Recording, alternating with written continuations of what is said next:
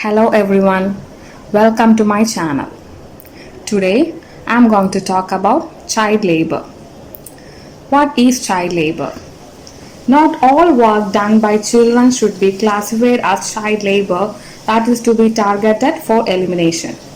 Children's or adolescent participation in work that does not affect their health and personal development or interfere with their schooling is generally regarded as being something positive.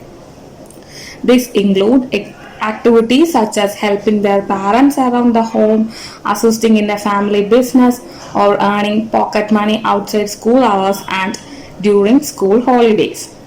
These kind of activity contribute to children's development and to welfare of their families. They provide them with skills and experience and help to prepare them to be productive member of society during their adult life.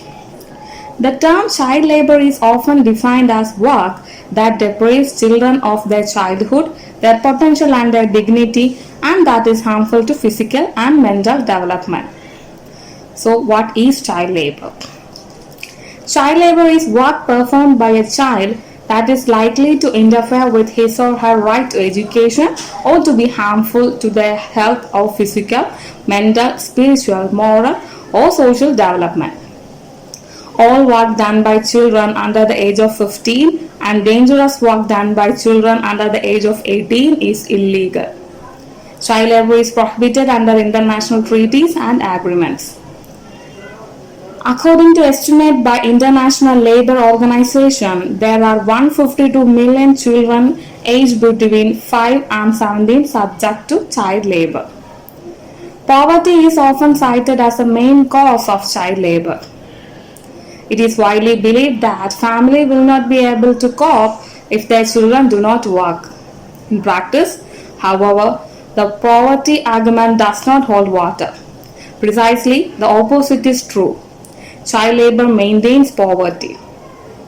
Experience shows that deep-rooted social norms, the violation of workers' rights, discrimination against certain groups, and a poorly functioning education system are the main reason why children aren't attending schools. Because children are easy to exploit and are cheap laborers. They are hired in preference to adult. Child labor thus leads to lower wages and higher unemployment among adults. Children who work and do not go to school will end up in a low-paid job later, and so will their children. So the vicious cycle of poverty is perpetuated. Child labor exists because people accept it and invent excuses for it. Children's rights are not respected. Governments do not provide compulsory, free and accessible education.